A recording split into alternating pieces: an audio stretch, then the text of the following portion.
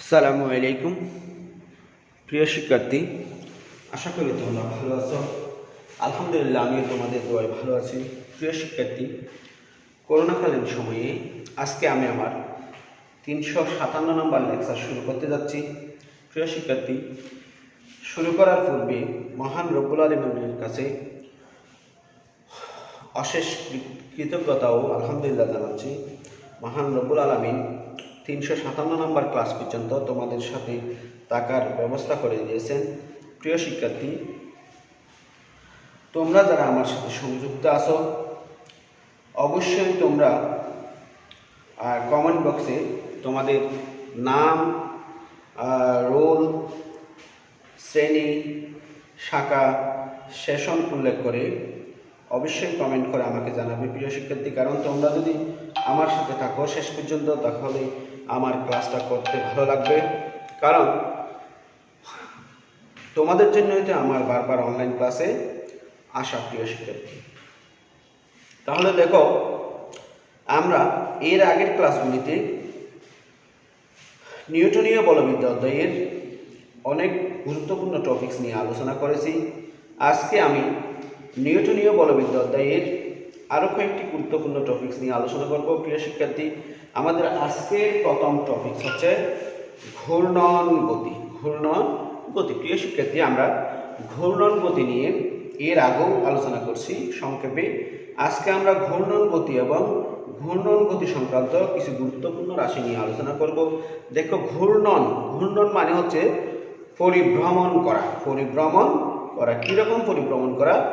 যদি কোনো একটি বস্তু বা বস্তুকণা কোনো একটি বিন্দু বা অক্ষকে কেন্দ্র করে, কোনো একটি বস্তু বা বস্তুকণা কোনো একটি বিন্দু বা অক্ষকে কেন্দ্র করে বৃত্তাকার পথে পরিভ্রমণ করে, তখন ওই বস্তু বা বস্তুকণার গতিকে বলা হবে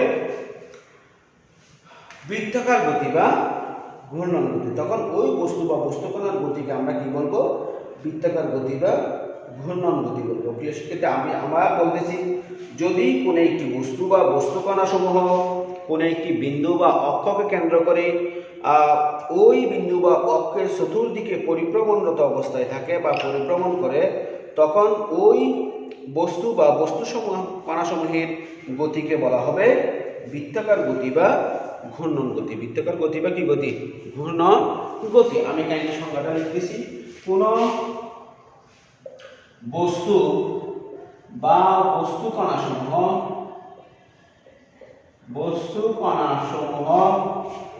যখন কোনো একটি বিন্দু বা অক্ষকে কেন্দ্র করে তার চতুর্পাশে পরিভ্রমণ করে, তখন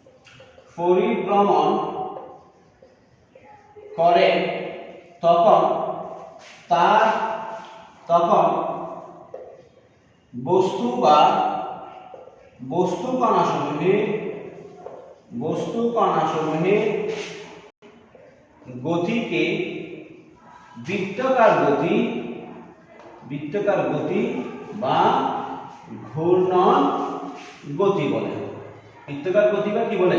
ঘূর্ণন গতি বলে। অর্থাৎ ঘূর্ণন গতি হওয়ার জন্য বস্তুকে অবশ্যই কোনো বিন্দু বা অক্ষের চতুর্দিকে কি করতে হবে? পরিভ্রমণ করতে হবে। প্রিয় শিক্ষার্থী, তাহলে দেখো, আমি একটা অক্ষ কল্পনা করলাম, এটা এবি, এবং কোনো একটি বস্তু, এই বস্তুটা এই বৃত্তাকার পথে কি করতেছে? পরিভ্রমণ করতেছে। দেখো, এটা হচ্ছে অক্ষ থেকে একটি নির্দিষ্ট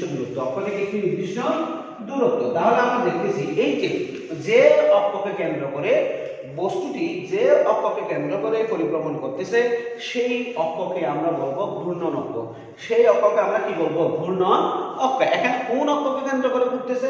এবি অক্ষকে কেন্দ্র করে ঘুরতেছে, সেটাকে আমরা বলবো ঘূর্ণন অক্ষ। আবার দেখো, একটা বিন্দু, যদি আমি অক্ষ বাদ দিয়ে একটা বিন্দু কল্পনা করি, সেই বিন্দুটা হচ্ছে ও বিন্দুকে কেন্দ্র করে কি করতেছে? ঘুরতেছে। তখন এই ও বিন্দুকে আমরা বলবো ঘূর্ণন বিন্দু। এই ও বিন্দুকে আমরা কি বলবো? ঘূর্ণন বিন্দু বলবো। আবার দেখো প্রিয় শিক্ষার্থী, বস্তুটি অক্ষ বা ঘূর্ণন বিন্দু হতে উবি দূরত্বে অর্থাৎ আর দূরত্বে অবস্থান করে ঘুরতেছে। আর দূরত্বে অবস্থান করে কি করতেছে? ঘুরতেছে। তখন এই উ থেকে বি অর্থাৎ অক্ষ হতে বস্তু পর্যন্ত দূরত্ব বা কেন্দ্র হতে যে বিন্দুকে কেন্দ্র করতে ঘুরতেছে সেই বিন্দু হতে বস্তু পর্যন্ত দূরত্ব বা কেন্দ্র এবং বস্তুর বা অক্ষ এবং বস্তুর সংযোজক রেখাকে বলা হবে ব্যাসার্ধ বা ব্যাসার্ধ ভেক্টর। ব্যাসার্ধ বা কি? ব্যাসার্ধ ভেক্টর। তার মানে আমরা দেখতেছি যে কোন একটি বস্তু কোন একটি বিন্দু বা অক্ষকে কেন্দ্র করে ওই বিন্দু বা অক্ষ হতে একটি নির্দিষ্ট দূরত্ব বজায় রেখে ওই অক্ষ বা বিন্দুর চতুর্দিকে পরিভ্রমণ করে, তখন তার মধ্যে যে গতি সৃষ্টি হয় সেই গতিকে আমরা বলবো ঘূর্ণন গতি। সেই গতিকে আমরা কি বলবো? ঘূর্ণন গতি বলবো। প্রিয় শিক্ষার্থী, এখন দেখো এই বস্তুটা একটি নির্দিষ্ট তলের মধ্যে কি করবে? ঘূর্ণন ঘটবে। এই বস্তুটা একটি নির্দিষ্ট তলের মধ্যে যেহেতু ঘূর্ণন ঘটাবে, সেজন্য ওই তলকে বলা হবে ঘূর্ণন তল। এখন কাইন্ডলি দেখো, আমি এখানে দেখাচ্ছি যে বস্তুটা অক্ষ হতে একটি নির্দিষ্ট দূরত্ব অবস্থান করে ঘুরতেছে, কিন্তু এই অক্ষটা বস্তুর ভিতর দিয়েও যেতে পারে, বস্তুর বাইরেও হতে পারে। যেমন এখানে বস্তুর বাইরে একটি নির্দিষ্ট দূরত্বে অবস্থান করে ঘুরতেছে, অথবা আমি যদি এভাবে কল্পনা করি, দেখো এটা একটা বস্তু, এটা একটা বস্তু এবং এই বস্তুটা এ বি অক্ষের চতুর্দিকে কি করতেছে? ঘূর্ণনরত অবস্থায় থাকতেছে। অর্থাৎ অক্ষটি ঘূর্ণন অক্ষ বা ঘূর্ণন বিন্দুটি বস্তুর বাইরে বা বস্তুর ভিতরে যে কোনো জায়গায় কি করতে পারে? থাকতে পারে। প্রিয় শিক্ষার্থী, আশা করি তোমরা ঘূর্ণন গতি, ঘূর্ণন অক্ষ, ব্যাসার্ধ ভেক্টর, ঘূর্ণন তল বা ঘূর্ণন অক্ষ বা ঘূর্ণন বিন্দুটা বস্তুর ভিতরে বা বাইরে হতে পারে কিনা সেটা তোমরা বুঝতে পেরেছো। প্রিয় শিক্ষার্থী, আমরা এই ঘূর্ণন গতি সম্পর্কিত কয়েকটা টপিকস নিয়ে তোমাদের সামনে আজকে আলোচনা করব। দেখো কাইন্ডলি আমি প্রথমে আলোচনা করব জড়তার ভ্রামক। জড়তার ভ্রামক, দেখো জড়তার ভ্রামক কি জিনিস।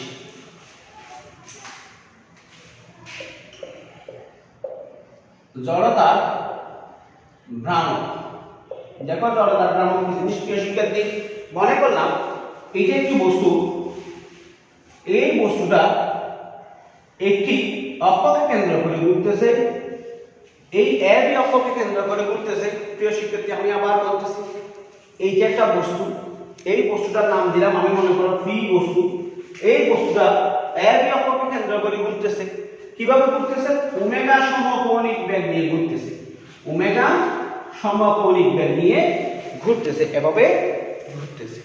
তাহলে দেখা যাবে যে এই বস্তুর একটি নির্দিষ্ট ভর থাকবে, এই বস্তুর একটি নির্দিষ্ট ভর থাকবে এবং এই বস্তুটা একটি বস্তু বা অনেকগুলি কণার সমন্বয়ে এই বস্তুটা কি হতে পারে? গঠিত হতে পারে। এখন দেখো এই বস্তু অক্ষ হতে এই বস্তুর দূরত্ব, আবার বলতেছি এই বস্তুর ভর এবং অক্ষ হতে বস্তুটির দূরত্বের বর্গের গুণফলকে বলা হয় জড়তার ভ্রামক। আবার বলতেছি, কোন একটি বস্তু যখন কোন একটি অক্ষকে কেন্দ্র করে ঘুরে, তখন ওই বস্তুটির ভর এবং অক্ষ হতে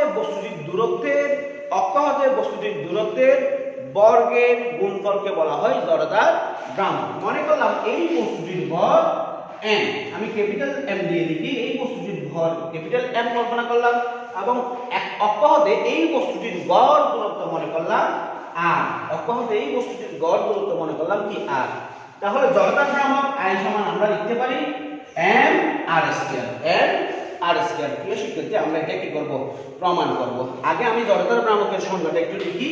দেখো জড়তার ভ্রামকের সংজ্ঞাটা লিখতে গেলে আমাদের অবশ্যই যেভাবে লিখতে হবে, কোন ঘূর্ণন অক্ষের সাপেক্ষে কোন দৃঢ় বস্তু বা বস্তু কণা সমূহের কোন ঘূর্ণন অক্ষের সাপেক্ষে কোন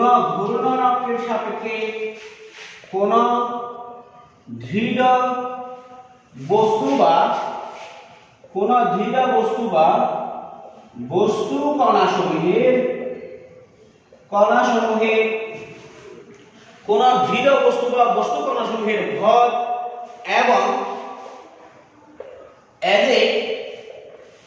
এবং অক্ষ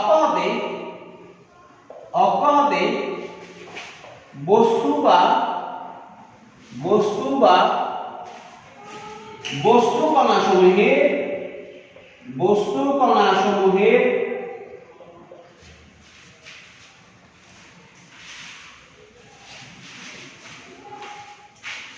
গড় দূরত্বের বস্তু কণাসমূহের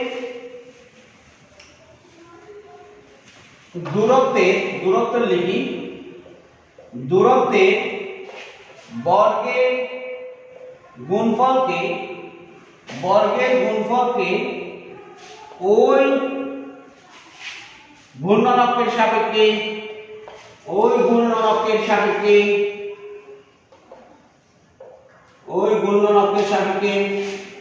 বস্তু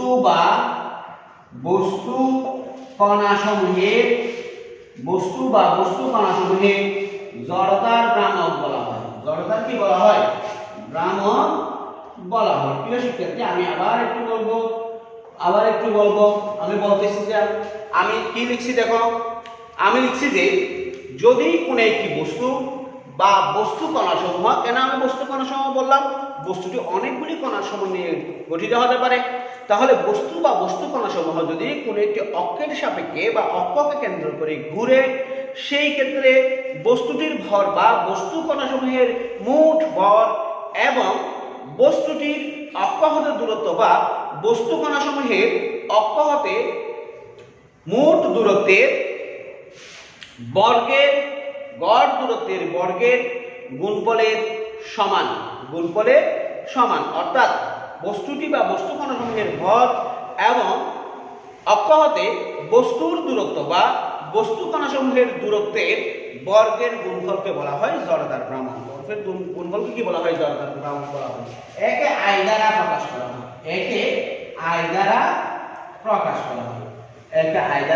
করা হয়। এখন দেখো, যে পি বস্তুটি নিলাম, সেই পি বস্তুটির অর্থাৎ চিত্রের বস্তুটির ভর,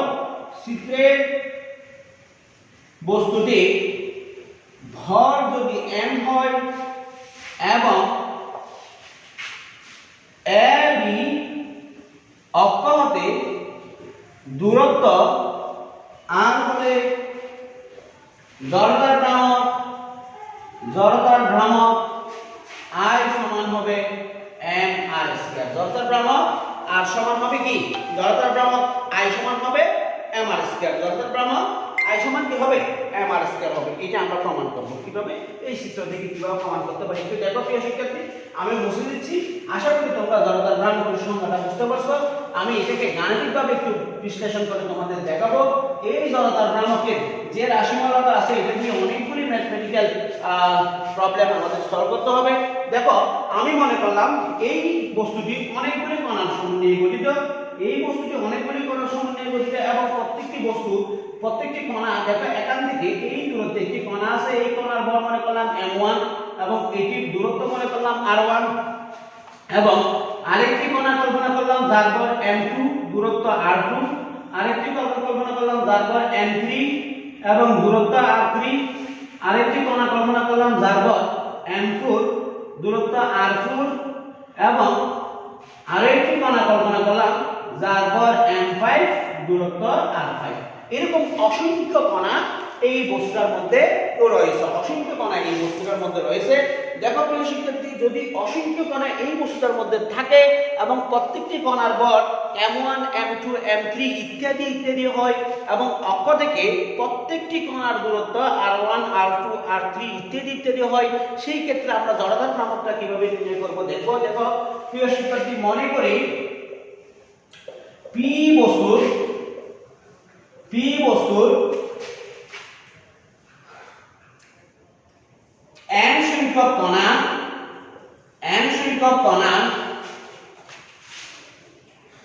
ab অক্ষের সাপেক্ষে ওমেগা সমকৌণিক বেগে ঘুরতেছে। ওমেগা সমকৌণিক বেগে ঘুরছে। কি করতেছে? ঘুরতেছে। দেখো প্রিয় শিক্ষার্থী, আমি মনে করলাম কি পি বস্তুটি অনেকগুলি কণার সমন্বয়ে গঠিত। সেই অনেকগুলি কণা মানে হচ্ছে m সংখ্যক কণা। সেই m সংখ্যক কণা সংবলিত বস্তুটি ab অক্ষের সাপেক্ষে ওমেগা সমকৌণিক বেগে ঘুরতেছে, ঠিক আছে। এবং এবং প্রত্যেকটি কণার ভর যথাক্রমে m1 m2 m3 m4 m5 mn পর্যন্ত হবে। এবং অক্ষ হতে প্রত্যেকটি কণার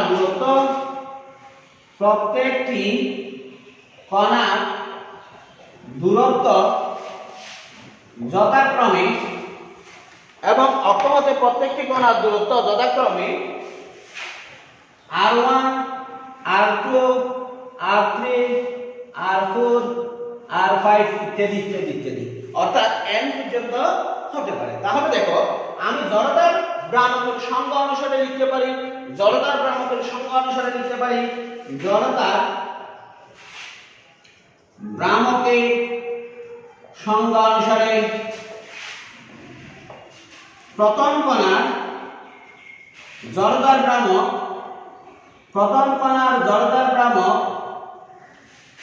I1 সমান প্রথম কণার জন্য যে জড়তার ভ্রামক হবে সেই জড়তার ভ্রামককে যদি আমি I1 ধরি তাহলে I1 সমান হবে m1 r1 square, m1 q1 square r1 square. একইভাবে দ্বিতীয় কণার জড়তার ভ্রামক হবে I2 সমান m2 r2 স্কয়ার এবং তৃতীয় কণার জড়তার ভ্রামক হবে I3 সমান m3 r3 স্কয়ার। চতুর্থ কণার জড়তার ভ্রামক হবে I4 সমান m4 r4 হোল স্কয়ার।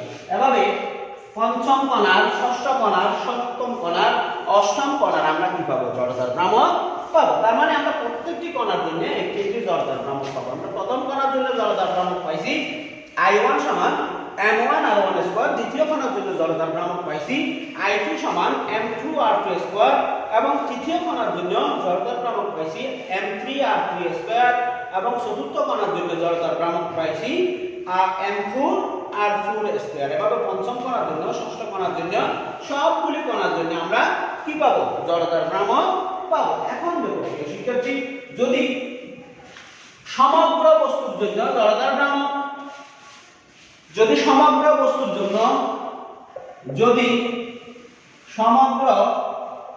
বস্তুর জন্য জড়তার ভ্রামক I হয় তবে I সমান হবে I1 plus I2 plus I3 plus I4 plus dot dot dot, অর্থাৎ যতগুলি কণা হবে সবগুলি কণার জড়তার ভ্রামকের যোগফল, সবগুলি কণার জড়তার ভ্রামকের যোগফল। এখন দেখো আমি I1 সমান এখানে পাইছিলাম m1 r1 স্কয়ার প্লাস এখানে আমরা পাবো m2 r2 square plus m3 r3 square plus dot dot dot, এভাবে m4 m5 m6 ইত্যাদি আমরা পাবো।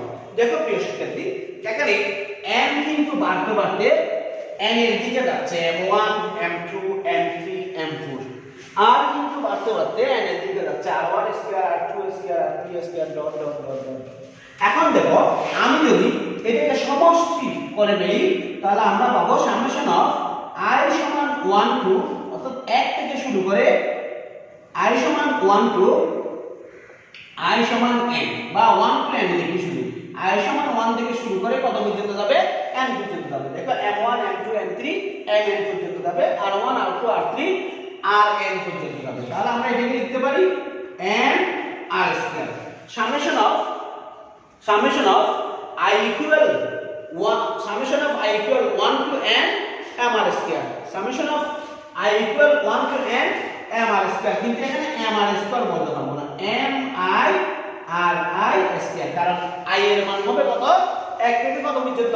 n পর্যন্ত, অর্থাৎ 1 থেকে n তম পদের সমষ্টি হবে টোটাল বস্তুটি ab অক্ষের সাপেক্ষে জড়তার ভ্রামক, টোটাল বস্তুটির ab অক্ষের সাপেক্ষে কিসের ভ্রামক? জড়তার ভ্রামক। প্রিয় শিক্ষার্থী, এখানে summation of I to n, summation of I to n এটাকে আমি মূলত সমষ্টি বোঝানোর জন্য বসিয়েছি, সমষ্টি বোঝানোর জন্য কি করতে বসাইছি। তার মানে I সমান আমরা এটা পেলাম। এখন দেখো টোটাল এই সমষ্টিকে যদি আমি m r স্কয়ার দ্বারা কল্পনা করি তাহলে আমাদের আসবে সামেশন অফ i সমান 1 to n mi r i square সমান capital M r square, capital M কি স্কয়ার r স্কয়ার। প্রিয় শিক্ষার্থী, এটাকে যদি আমি ক্যালকুলাস পদ্ধতিতে লিখি, অর্থাৎ এই সমীকরণটাকে যদি আমি ক্যালকুলাস পদ্ধতিতে লিখি, সেই ক্ষেত্রে i সমান আসবে integration r square dm, integration r square dm মনে রাখতে হবে প্রিয় শিক্ষার্থী। এটা যদি 1 নং সমীকরণ হয়, এটা হবে 2 নং সমীকরণ, অর্থাৎ আমি এটাকে ক্যালকুলেশন করলে এটা পাবো বা এটাকে ক্যালকুলেশন করলে এটা পাবো। তার মানে আমরা দেখতেছি যে কোন একটি বস্তু যদি কোন একটি অক্ষকে কেন্দ্র করে ঘুরে বা বিন্দুকে কেন্দ্র করে ঘুরে, সেই ক্ষেত্রে ওই বস্তুটির জড়তার ভ্রামক হবে, ওই বস্তুটির জড়তার ভ্রামক হবে বস্তুটির ভর এবং অক্ষ হতে বস্তুটির দূরত্বের বর্গের গুণফলের সমান। জড়তার ভ্রামক কি হবে? বস্তুটির ভর এবং অক্ষ হতে বস্তুটির দূরত্বের বর্গের গুণফলের সমান, বস্তুটির দূরত্বের বর্গের গুণফলের সমান। এখন দেখো প্রিয় শিক্ষার্থী, জড়তার ভ্রামক আমরা এখানে ভর ইনটু কি পাইছি? ভর ইনটু দূরত্বের বর্গ পাইছি। তাহলে আমি যদি একক লিখি তাহলে একক সমান কি হবে? দেখো, একক ভরের একক কেজি, দূরত্বের একক মিটার। তাহলে এখানে দূরত্বের স্কেয়ার, তার মানে মিটার স্কেয়ার। তাহলে জড়তার ভ্রামকের একক হবে কেজি মিটার স্কয়ার। জড়তার ভ্রামকের একক কি হবে? KG metre square. এবং তাকে মাত্রা লিখি, মাত্রা, তাহলে মাত্রা কি হবে? দেখো, ভরের একক হচ্ছে ভরের মাত্রা হচ্ছে m এবং দৈর্ঘ্যের মাত্রা হচ্ছে l। তাহলে এখানে দৈর্ঘ্য দুইটা, তাহলে l স্কয়ার। এটাই হবে জড়তার ভ্রামকের মাত্রা। তাহলে আমরা জড়তার ভ্রামকের একক পাচ্ছি কেজি মিটার স্কয়ার এবং মাত্রা পাচ্ছি ক্যাপিটাল M l স্কয়ার। তৃতীয় বন্ধনী ক্যাপিটাল M l স্কয়ার। মনে রাখতে হবে জড়তার ভ্রামক অবশ্যই একটি স্কেলার রাশি। জড়তার ভ্রামক অবশ্যই কি রাশি?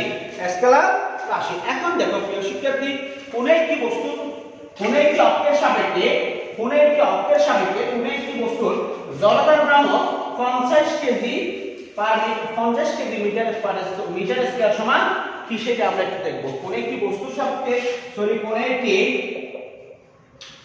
অক্ষের সাপেক্ষে কোন বস্তুর জড়তার ভ্রামক 40 কেজি মিটার স্কয়ার বলতে বোঝায় দেখো, কোন একটি বস্তুর কোন একটি অক্ষের সাপেক্ষে জড়তার ভ্রামক 40 কেজি মিটার স্কয়ার বলতে বোঝায় ওই বস্তুর প্রত্যেকটি কণার ভর এবং অক্ষ হতে কণাগুলির লম্বা দূরত্বের বর্গের গুণফল 40 কেজি মিটার স্কয়ার। আমি আবার বলতেছি, কোন অক্ষের সাপেক্ষে কোন বস্তুর জড়তার ভ্রামক 40 কেজি মিটার স্কয়ার বলতে বোঝায় ওই যে বস্তুটি কোন একটা অক্ষকে কেন্দ্র করে ঘূর্ণায়মান রয়েছে, সেই বস্তুটির প্রত্যেকটি কণার মোট ভর এবং অক্ষ হতে প্রত্যেকটি কণার লম্ব দূরত্বের, অর্থাৎ লম্ব দূরত্বের, দেখো এটা কিন্তু লম্ব দূরত্ব, এই যে অক্ষের সাপেক্ষে এটা লম্ব দূরত্ব, এই জন্য লম্ব দূরত্ব লিখতেছি। কণার লম্ব দূরত্বের বর্গের গুণফলের মান 40 KG metre square. 40 KG metre square. প্রিয় শিক্ষার্থী, 2 নম্বরের জন্য এটা পরীক্ষা আসতে পারে। তো আশা করি তোমরা জড়তার ভ্রামক কিভাবে নির্ণয় করবে সেটা তোমরা বুঝতে পারছো। আমরা জড়তার ভ্রামক নিয়ে আলোচনা এর আগেই করেছি। এখন আমরা আলোচনা করলাম কিভাবে জড়তার ভ্রামকের গাণিতিক রাশিমালা নির্ণয় করা যায়, সেটা আমরা আলোচনা করছিলাম। প্রিয় শিক্ষার্থী, আশা করি তোমরা জড়তার ভ্রামক কিভাবে নির্ণয় করবে সেটা বুঝতে পারছো। আমরা এখন জড়তার ভ্রামকের কয়েকটি নির্ভরশীলতা, অর্থাৎ জড়তার ভ্রামক কি কি জিনিসের উপর নির্ভরশীল, সেই জিনিসগুলি নিয়ে আমরা একটু আলোচনা করব। জড়তার ভ্রামকের নির্ভরশীলতা।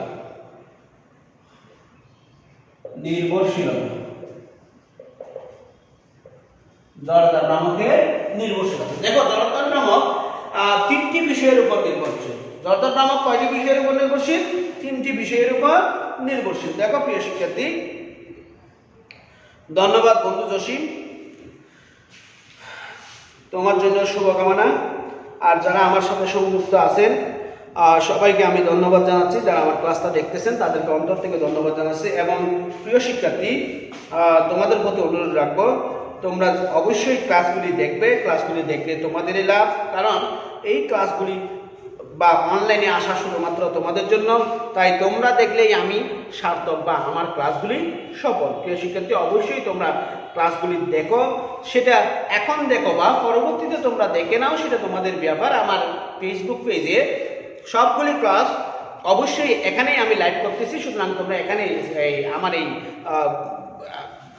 আইডিতে সার্চ করলে বা সিটি কলেজের পেজে গ্রুপে সার্চ করলে বা ডিপার্টমেন্ট অফ ফিজিক্সের গ্রুপে সার্চ করলে বা ফ্লার্কের গ্রুপে সার্চ করলে বা এইচএসসি অনলাইন ক্লাস সায়েন্স গ্রুপে সার্চ করলে তোমরা পাবে।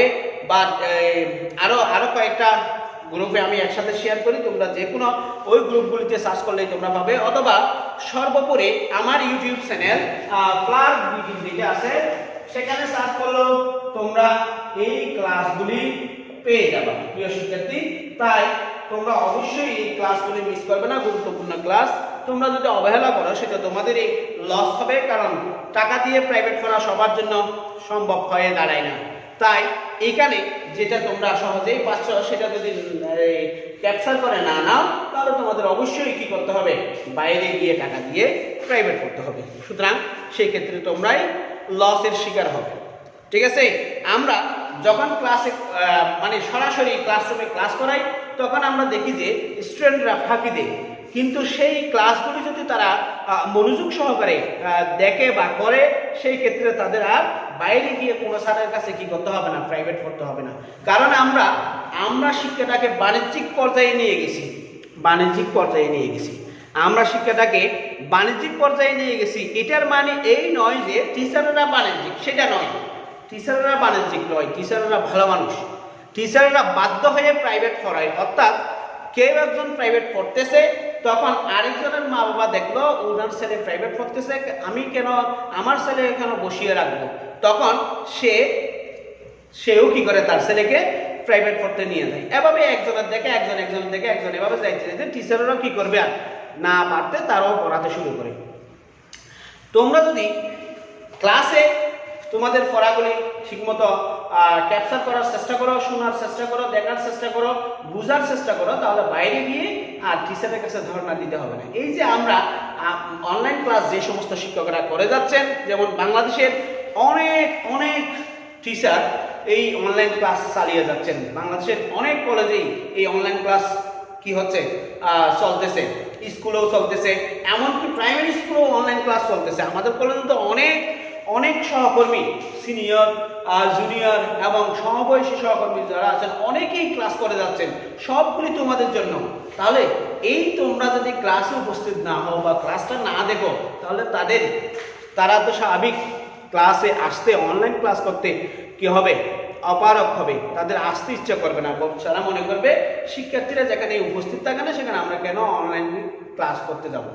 তাই তোমাদের প্রতি অনুরোধ, যেই স্যারের ক্লাস হোক না কেন, তোমরা আসবে, ক্লাসে দেখবে, একটা, দুইটা, পাঁচটা, অর্থাৎ তোমরা 30 মিনিটের ক্লাস যদি দেখো, সেখান থেকে তুমি যদি 100% নিতেও না পারো, 20% তো নিতে পারবা।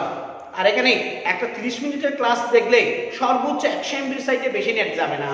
আমি শিওর ফেসবুকে 100 MB বা 150 MBর সাইটে বেশি নেট নষ্ট হবে না। আমি আমার বাসায় নষ্ট বললাম তোমার জন্য আর কি, কারণ তোমরা তো মনে করো যে ক্লাস দেখলে সেটা কি হয়ে যায়, নেটগুলি এমবিগুলি নষ্ট হয়ে যাচ্ছে। কিন্তু তোমরা দুনিয়ার হাবিজাবি সব দেখলে সেই ক্ষেত্রে কি হয় না, এমবি নষ্ট হয় না। প্রিয় শিক্ষার্থী, হয়তো তোমরা তোমাদের পায়েই কোড়াল মারতেছো।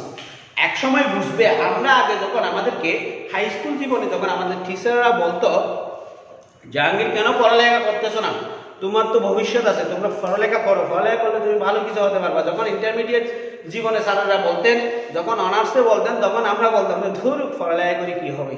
এখনই আমরা বুঝতে পারতেছি পড়ালেখা করে কি হবে। সেটা আমাদের বয়সে যখন আসবা, অর্থাৎ যখন অন্য কোনো ওয়েতে যাওয়ার কোনো সুযোগ থাকবে না, তখনই বুঝতে পারবা পড়ালেখা কেন করলাম না। বোঝা গেছে? তাহলে সময় শেষ হবার আগে, সময় ফুরিয়ে যাবার আগে, ওই যে আরিফ আজাদের মতন যদি বলতে হয়, বেলা ফুরানোর আগে কি করো? কাজ করো, না হলে কাজ করার সুযোগ পাবে না, পড়ালেখা করার সুযোগ পাবে না, জীবন গড়ার সুযোগ পাবে না। জীবন যদি গড়তে চাও, পড়ার কোনো বিকল্প নেই। আমি যেটা বারবার বলি, পড়ার কোনো বিকল্প নেই। এই সময়টা হচ্ছে তোমাদের বীজ বপনের সময়। এই সময়ে যদি ভালো বীজ বপন করতে পারো এবং সেই বীজের পরিচর্যা করতে পারো, তাহলে দেখবে যে ওই যে একদিন সফল হবে। তোমরা তো নিশ্চয়ই জানো, আজকে আমাদের কক্সবাজারে একজন মহীয়সী ব্যক্তি, প্রথিতযশা কবি, সারা বাংলাদেশে একমাত্র একাডেমি, বাংলা একাডেমি, এটার মহাপরিচালক হিসেবে কি হয়েছেন, নিয়োগ পেয়েছে। তিনি কাজ করছেন বিদায় নিয়োগ পেয়েছেন। তাহলে তুমি কেন পারবে না? তিনিও তো আমাদের কক্সবাজারের সন্তান, তোমরাও তো আমাদের বাংলাদেশের সন্তান, ঠিক আছে? কক্সবাজার তো আর বাংলাদেশের বাইরে নয়। কবি নুরুল হুদা স্যার যদি পারেন, তাহলে তুমি পারবে না কেন? উনি পারছেন, উনি কষ্ট করছেন, চেষ্টা করছেন, সাধনা করছেন, সফল হয়েছেন। তুমিও পরিশ্রম করো, চেষ্টা করো, সাধনা করো, নিজের মতো করে নেওয়ার চেষ্টা করো। আমি গ্যারান্টি দিয়ে বলবো তুমিও একদিন সফল হবে। আর যদি তুমি তোমার মতো করে ওই যে গায়ের অনুভাব নিয়ে মনে করো যে মানে আমার ফললেও কি না বললেও কি, ওইরকম ভাব নিয়ে বসে থাকো, তাহলে তোমার সফল হলেও কি না হলেও কি সেরকম করে থাকতে পারবে। ওকে, আসো আমরা ক্লাসে যাই। তাহলে আমরা দেখবো জড়তার ভ্রামকের তিনটি বিষয়ের উপর নির্ভরশীল। একটি হচ্ছে বস্তুটি যে অক্ষের সাপেক্ষে ঘুরছে তার অবস্থার উপর। এক নম্বর হচ্ছে বস্তুটি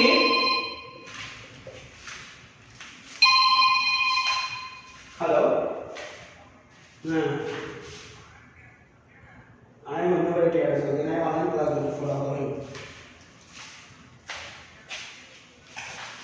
তোরা কই না অনলাইন ক্লাস করে কই জানো?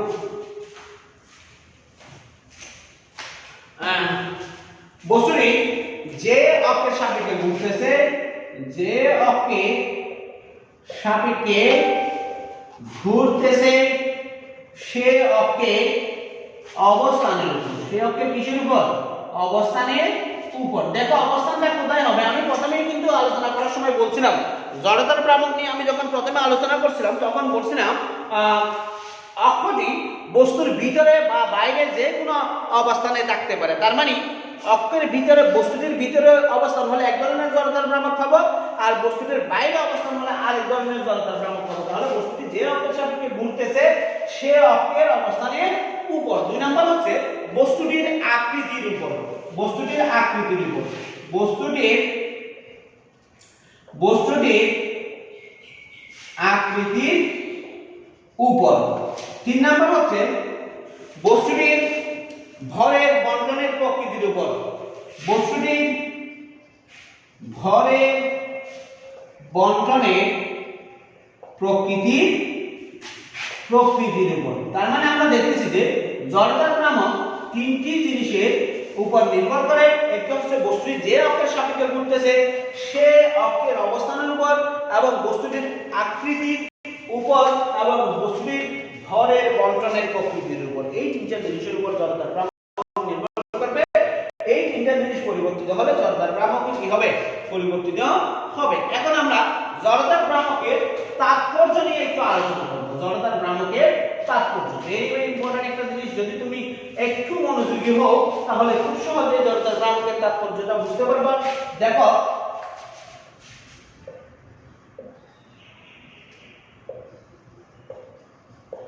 জড়তার ভ্রামকের তাৎপর্য।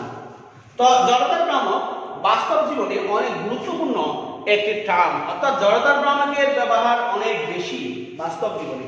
আমরা সেখান থেকে কয়েকটি তাৎপর্য নিয়ে আলোচনা করব। দেখে এক নম্বর হচ্ছে ঘূর্ণায়মান বস্তুর ক্ষেত্রে গতিশক্তি।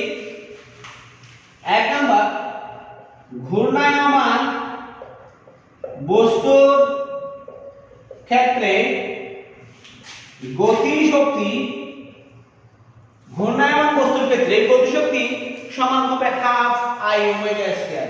Half I omega square. এখানে আইটা হচ্ছে জড়তার ভ্রামক, ওমেগাটা হচ্ছে কৌণিক বেগ। আমরা পড়ছিলাম কৌণিক বেগ, ঠিক আছে? তাহলে আমরা কি পাইলাম, ঘূর্ণায়মান বস্তুর ক্ষেত্রে গতিশক্তি হাফ আই ওমেগা স্কয়ার, কৌণিক ভরবেগ আই ওমেগা এবং টর্ক কৌণিক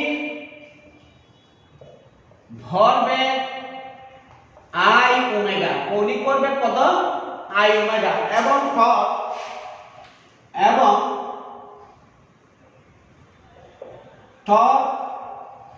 টর্ক সম্পর্কে আমরা পরে একটু পড়ব। এখন আমরা টর্ক সম্পর্কে যেমন আলোচনা করব না, আমরা এই অধ্যায়ের শুরুতে হালকা করে টর্ক আলোচনা করেছিলাম, পরবর্তীতে টর্ক নিয়ে বিস্তারিত আলোচনা আছে। টর্ক সমান হচ্ছে আই আলফা, টর্ক কি আই আলফা, অর্থাৎ আমি বলছিলাম যে ঘূর্ণায়মান বস্তুর ক্ষেত্রে গতিশক্তি হাফ আই ওমেগা স্কয়ার, কৌণিক ভরবেগ আই ওমেগা এবং টর্ক আই আলফা রৈখিক গতিসম্পন্ন বস্তুর ক্ষেত্রে, এটা হচ্ছে ঘূর্ণায়মান বস্তুর ক্ষেত্রে। আর যদি রৈখিক গতিসম্পন্ন বস্তু হয়, রৈখিক গতিসম্পন্ন বস্তুর ক্ষেত্রে, রৈখিক গতিসম্পন্ন বস্তুর ক্ষেত্রে গতিশক্তি হবে half mv square half mv square, রৈখিক ভরবেগ হবে mv, রৈখিক ভরবেগ হবে কি mv এবং বল হবে ma, বল কি ma। আমি এখানে দুইটা জিনিস লিখছি, একটু কাইন্ডলি বোঝার চেষ্টা করবে। আমি বলছিলাম যে ঘূর্ণায়মান বস্তুর ক্ষেত্রে গতিশক্তি হাফ আই ওমেগা স্কয়ার, ঘূর্ণায়মান বস্তুর ক্ষেত্রে গতিশক্তি হাফ আই ওমেগা স্কয়ার, কৌণিক ভরবেগ আই ওমেগা এবং টর্ক আই আলফা। আর যদি সেটাকে আমি রৈখিক বস্তুর ক্ষেত্রে, রৈখিক গতিসম্পন্ন বস্তুর ক্ষেত্রে কল্পনা করি, গতিশক্তি হবে হাফ mv স্কয়ার, রৈখিক ভরবেগ হবে mv এবং বল হবে ma, বল হবে কি ma। তার মানে আমরা দেখতেছি যে রৈখিক বস্তুর ক্ষেত্রে ভর যে কাজ করে, রৈখিক বস্তুর ক্ষেত্রে ভর যে কাজ করে, অর্থাৎ রৈখিক গতির ক্ষেত্রে ভর যে কাজ করে, ঘূর্ণন গতির ক্ষেত্রে জড়তার ভ্রামক একই কাজ করে, জড়তার ভ্রামক একই কাজ করে। কাইন্ডলি টার্মগুলো একটু দেখো। এখানে half I omega square, back ছিল কৌণিক ব্যাক ছিল ওমেগা এবং একটি রাশি পাইছিলাম সেটা হচ্ছে আই। আবার এখানে দেখো কৌণিক ব্যাক ছিল ওমেগা, আরেকটি রাশি পাইছিলাম কি সেটা হচ্ছে আই। আবার আমরা এখানে দেখো কৌণিক ত্বরণ হচ্ছে আলফা, আরেকটি রাশি পাইছিলাম আই। তার মানে আমরা দেখতেছি যে গতিশক্তি বা কৌণিক ভরবেগ বা টর্ক, এখানে যে কমন রাশিটা আছে সেই কমন রাশিটা হচ্ছে আই। আই কে কি বলা হয়, জড়তার ভ্রামক বলা হয়। একইভাবে রৈখিক গতিশক্তির ক্ষেত্রে দেখো এখানে রৈখিক বেগের সাথে আরেকটি রাশি আছে সেটা হচ্ছে m, ভরবেগের ক্ষেত্রে দেখো রৈখিক ভরবেগের সাথে রৈখিক বেগের সাথে আরেকটি রাশি আছে সেটা হচ্ছে m এবং বলের ক্ষেত্রে দেখো ত্বরণের সাথে আরেকটি রাশি আছে সেটা হচ্ছে m। সুতরাং এখানেও একটি কমন রাশি আছে যেটা m। অর্থাৎ আমরা এখানে দেখতেছি যে আমাদের যেহেতু কৌণিক গতির সাথে আগের তেমন সম্পর্ক ছিল না, আমরা রৈখিক বেগ সম্পর্কে আগে বিস্তারিত জেনেছি, সেই ক্ষেত্রে আমি রৈখিক বেগের সাথে যদি কৌণিক বেগকে তুলনা করি তাহলে সেই ক্ষেত্রে আমরা দেখব রৈখিক গতির ক্ষেত্রে রৈখিক গতির সাথে যদি আমি কৌণিক গতিকে তুলনা করি সেই ক্ষেত্রে আমরা দেখব রৈখিক গতিতে ভর যে কাজটি করে, রৈখিক গতিতে ভর যে কাজটি করে, কৌণিক গতিতে জড়তার ভ্রামক একই কাজ করে। কৌণিক গতিতে জড়তার ভ্রামক কি কাজ করে, একই কাজ করে। এখন দেখো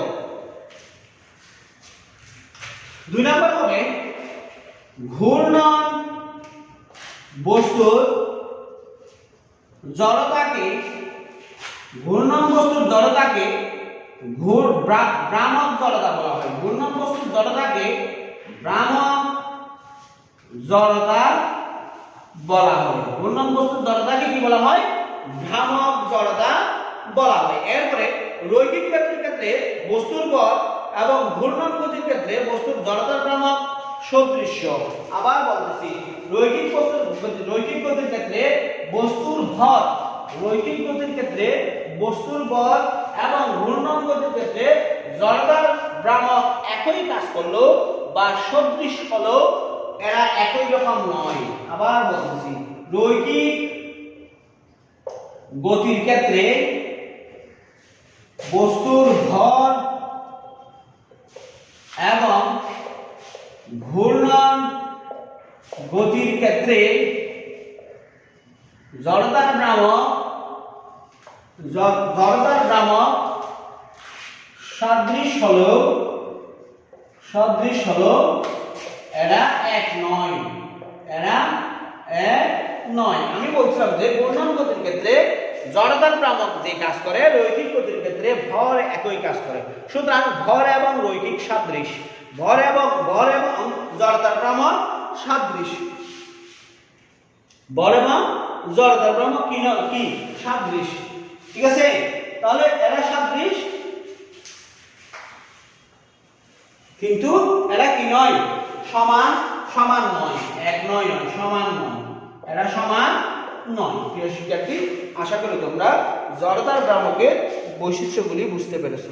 আজকে আমরা তাহলে জড়তার ভ্রামক, ঘূর্ণন গতি, জড়তার ভ্রামকের গাণিতিক রাশিমালা এবং জড়তার ভ্রামক যে তিনটি বিষয়ের উপর নির্ভরশীল এবং জড়তার ভ্রামকের তাৎপর্য নিয়ে আমরা আলোচনা করলাম। এখন আমরা চক্রগতির ব্যাসার্ধ নিয়ে আলোচনা করব। চক্রগতির ব্যাসার্ধ, তাই একটু দেখো চক্রগতির ব্যাসার্ধ কি, ভেরি ইম্পর্টেন্ট একটা টপিক। এটা কিন্তু পরীক্ষায় আসে। চক্রগতির ব্যাসার্ধ 2 নম্বরের জন্য পরীক্ষায় আসার সম্ভাবনা 99%। চক্রগতির ব্যাসার্ধটা কি দেখো প্রিয় শিক্ষার্থী,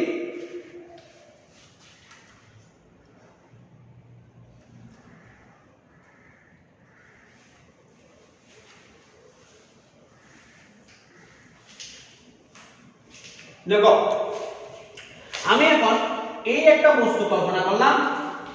এই বস্তুর কেন্দ্র হচ্ছে এইটা, এই কেন্দ্রটাকে আমি উ মনে করলাম, এই কেন্দ্রটাকে কি মনে করলাম, উ মনে করলাম, এবং এই বস্তুটা সি ডি অক্ষের সাপেক্ষে কি করতেছে, ঘূর্ণনরত অবস্থায় আছে। সি ডি অক্ষের সাপেক্ষে কি অবস্থায় আছে, ঘূর্ণনরত অবস্থায় আছে। বা এই বস্তুটি আমি কল্পনা করতে পারতাম, কোনো সমস্যা নেই। আমি যেহেতু এখানে আরো ছোটখাটো অনেক কণা দিচ্ছি, সেগুলো আমি সেজন্য আমি এটা পরবর্তী অন্য কাজে লাগাবো, সেজন্য আমি এটা নাম হচ্ছে নতুন একটা চিত্র আঁকলাম। দেখো আমি এই একটা বস্তু কল্পনা করলাম, এই বস্তুর একটি নির্দিষ্ট ভর রয়েছে। আমরা জানি যে কোন একটি বস্তুর ভর যদি একটি বিন্দুতে কেন্দ্রীভূত আছে বলে মনে হয়, কোন একটি বস্তুর ভর যদি একটি বিন্দুতে কেন্দ্রীভূত করা যায়, তখন ওই বিন্দুকে আমরা বলি ভর কেন্দ্র। আবার বলতেছি, কোন একটি বস্তুতে যে ভরটা আছে, সেই বস্তুর সমস্ত ভরকে যদি আমি একটি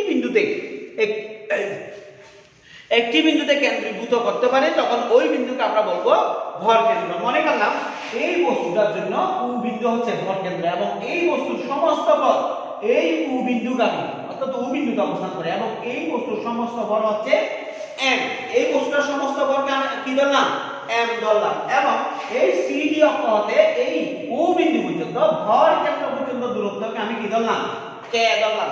সিডি অক্ষ হতে ভর কেন্দ্র পর্যন্ত দূরত্বকে আমি কি ধরলাম, k ধরলাম। তাহলে এই বস্তুটির জন্য হবে জড়তার ভ্রামক I সমান হবে m k স্কয়ার। জড়তার ভ্রামক I সমান কি হবে, m k স্কয়ার হবে। বা আমরা এখান থেকে k টাকে যদি এভাবে লিখি, k স্কয়ার সমান হবে I by m। k square সমান হবে কি, I বাই m, বা k সমান আমরা পাবো রুট I বাই m। এটাই হচ্ছে চক্রগতির ব্যাসার্ধ। আমি চক্রগতির ব্যাসার্ধ এই গাণিতিক সমীকরণ থেকে চক্রগতির ব্যাসার্ধের সংখ্যাটা একটু লিখবো। চক্রগতির ব্যাসার্ধের সংখ্যাটা লিখতে তোমরা বুঝতে পারবা কত সহজ। দেখো চক্রগতির ব্যাসার্ধ আমি কিভাবে লিখবো, যদি একটি দৃঢ় বস্তুর সমগ্র ভর, একটি দৃঢ় বস্তুর সমগ্র ভর বস্তুটি কোন একটি বিন্দুতে একটি দৃঢ় বস্তুর সমগ্র ভর বস্তুটির কোন একটি বিন্দুতে কেন্দ্রীভূত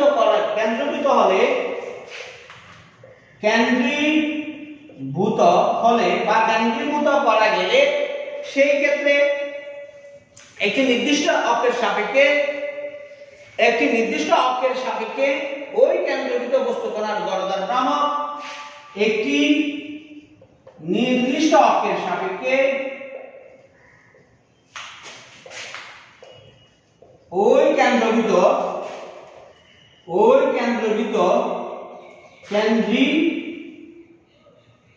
কেন্দ্রীভূত বিন্দুর জড়তার ভ্রামক,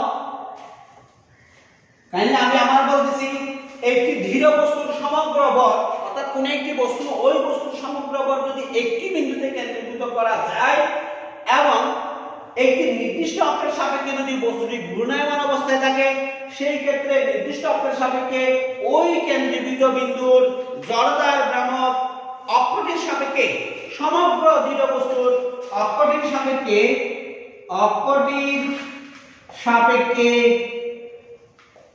সমগ্র দৃঢ় বস্তুর জড়তার ভ্রামকের সমান হবে। জড়তার ভ্রামকের সমান হবে। কাইন্ডলি একটু দেখবা প্লিজ। আমি আবার বলছি, মনে করো এই বস্তু আর এই বস্তু সমান, এই বস্তুটা আর এই বস্তু সমান।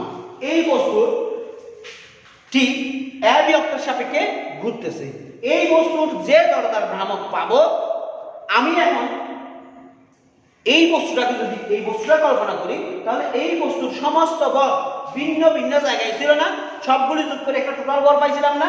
এখন যদি আমি এই বস্তুর সমস্ত বল উ বিন্দুতে কেন্দ্রীভূত আছে বলে মনে করি, সেই ক্ষেত্রে দেখা যাবে যে এই উ বিন্দুতে যে বল আছে সেই বলের জন্য সিডি অক্ষের সাপেক্ষে যে জড়তার ভ্রামক পাবো, সেই জড়তার ভ্রামক এই টোটাল বস্তুটার জন্য এবি অক্ষের সাপেক্ষে যে জড়তার ভ্রামক পাবো তার সমান হবে। তার কি হবে?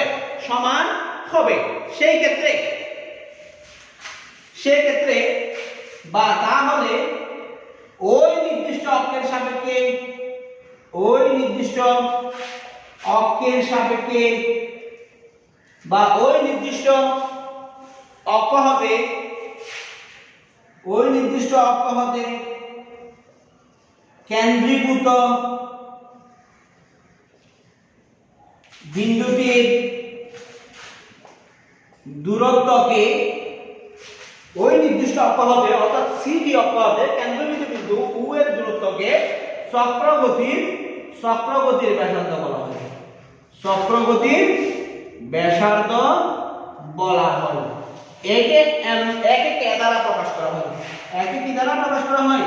কে দ্বারা প্রকাশ করা হয়। দেখো প্রিয় শিক্ষার্থী, জামালা একটু তবে সহজ, জামালা কিন্তু সহজ। আমি আবার বলতেছি, আমি কোন একটি বস্তু নিলাম, ওই বস্তু কোন একটি অক্ষের সাপেক্ষে ঘুরতেছে, আমি টোটাল বস্তুটির সাপেক্ষে অর্থাৎ ওই অক্ষের সাপেক্ষে টোটাল বস্তুটি একটি জড়তার ভ্রামক বের করব। বের করার পর আমি আবার কল্পনা করব যে কি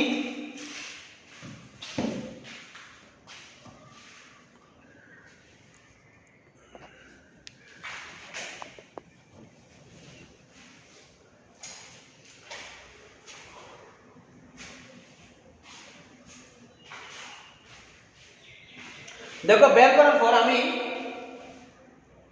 নেট কানেকশন একটু সমস্যা হচ্ছে, কাইন্ডলি একটু দেখো প্রিয় শিক্ষার্থী। বের করার পরে আমি কি করব? বস্তুটির সমস্ত ভর একটি বিন্দুতে কেন্দ্রীভূত আছে বলে কেন্দ্রীভূত করব। একটি বিন্দুতে কেন্দ্রীভূত করলে ওই বিন্দুকে বলা হয় ভর কেন্দ্র। ওই ভর কেন্দ্রের সাপেক্ষে বা ওই আরেকটি অক্ষের সাপেক্ষে ওই ভর কেন্দ্রের কি জড়তার ভ্রামক যদি পরস্পর সমান হয়, সেই ক্ষেত্রে বরকেন্দ্র থেকে অক্ষ পর্যন্ত দূরত্বকে চক্রগতির ব্যাসার্ধ বলবো। বরকেন্দ্র থেকে অক্ষ পর্যন্ত দূরত্বকে কি বলবো? চক্রগতির ব্যাসার্ধ বলবো। চক্রগতির ব্যাসার্ধকে কি দ্বারা প্রকাশ করছিলাম? কে দ্বারা প্রকাশ করছিলাম। তাহলে আমি এখানে লিখতে পারি I সমান m k স্কয়ার বা k স্কয়ার সমান I বাই n, বা আমরা k সমান কি লিখব? রুট I বাই m লিখব। এটাই হচ্ছে চক্রগতির ব্যাসার্ধের সমীকরণ। প্রিয় শিক্ষার্থী, আশা করি তোমরা চক্রগতির ব্যাসার্ধ কি জিনিস বুঝতে পেরেছো। তাহলে প্রিয় শিক্ষার্থী, আমরা আজকে কি কি বললাম?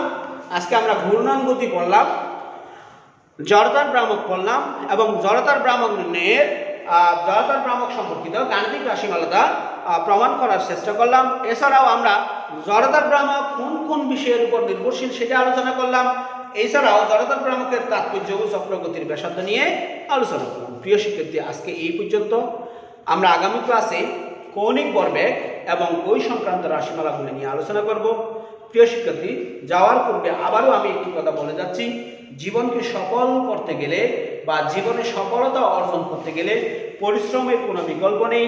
পিছনে অনেকে অনেক কথা বলবে, অনেক কিছু করবে, টেনে ধরতে চাইবে, তারপরেও তোমাকে নিজের উদ্যোগে স্ব উদ্যোগে সামনের দিকে এগিয়ে যেতে হবে। তুমি যদি এগিয়ে যাও, পরিশ্রম করো, তাহলে একদিন সফল হবে তুমি। সেজন্য অর্থাৎ তুমি যে পরিশ্রম হলে সফল হবে সেটা বোঝার জন্য তুমি মৌমাছির কাছ থেকে শিক্ষা নিতে পারো, পিঁপড়ার কাছ থেকে শিক্ষা নিতে পারো। ঠিক আছে, ওই যে মাকড়সার গল্পটা তোমরা পড়ছিলে অধ্যবসায় রচনা লেখার সময়, আমি ছোটকালে শুধু এটা বারবার পড়তাম। তখন ওই যে রবার্ট ব্রুস ইংরেজদের বিরুদ্ধে বারবার পরাজিত হয়ে আত্মহত্যা করার জন্য একটি গাছের শিকড়ে এসে বসে আছেন। তখন দেখতেছেন যে একটি মাকড়সা, যেটা আমরা বাড়িতে দেখি ওইরকম একটা মাকড়সা, ওই মাটি থেকে ওই শিকড়ের উপরে ওঠার জন্য একবার চেষ্টা করছে, ব্যর্থ হয়েছে, আবার চেষ্টা করছে, ব্যর্থ হয়েছে, আবার চেষ্টা করছে, ব্যর্থ হয়েছে, এভাবে 6 বার চেষ্টা করার পর 7মবারে সে সফল হয়েছে। রবার্ট ব্রুস খুশিতে লাফ দিয়ে উঠছে। সে বলছে যে এই ছোট্ট প্রাণী যদি 6 বার পরাজিত হওয়ার পরেও কোনো প্রকার টেনশনবিহীন, অর্থাৎ কোনো প্রকার ক্লেশ মনের ভিতর তৈরি না করে সে যদি 7মবার পরিশ্রম করে জয়ী হতে পারে, তাহলে আমি তো মানুষ, আমি কেন পারবো না? আমি তো একটি দেশের প্রধান, কেন আমি পারবো না? তখন সে আবার সৈন্য সামন্ত সংগ্রহ করে ইংরেজদের বিরুদ্ধে যুদ্ধ করেছে এবং স্কটল্যান্ডকে স্বাধীন করেছে। প্রিয় শিক্ষার্থী, সে যদি ভয় পেয়ে পিছিয়ে যেত তাহলে স্কটল্যান্ড কখনো স্বাধীন হতো না, এই স্কটল্যান্ড পরাধীনই থাকতো। ঠিক আছে, তার সাহস, ধৈর্য, পরিশ্রম, সাধনা স্কটল্যান্ডকে স্বাধীন করেছে। তোমরাও যদি সাহস নিয়ে ধৈর্য সহকারে পরিশ্রম করে যাও, পরিশ্রম করা মানে কি, পড়ালেখা করে যাও নিয়ম অনুযায়ী, তাহলে অবশ্যই তুমি তোমাকে একটি সফল অবস্থানে নিয়ে যেতে পারবে। আমার জন্য দোয়া করিও। আগামী ক্লাসে বেঁচে থাকলে দেখা হবে। সেই পর্যন্ত ভালো থেকো। আসসালামু আলাইকুম।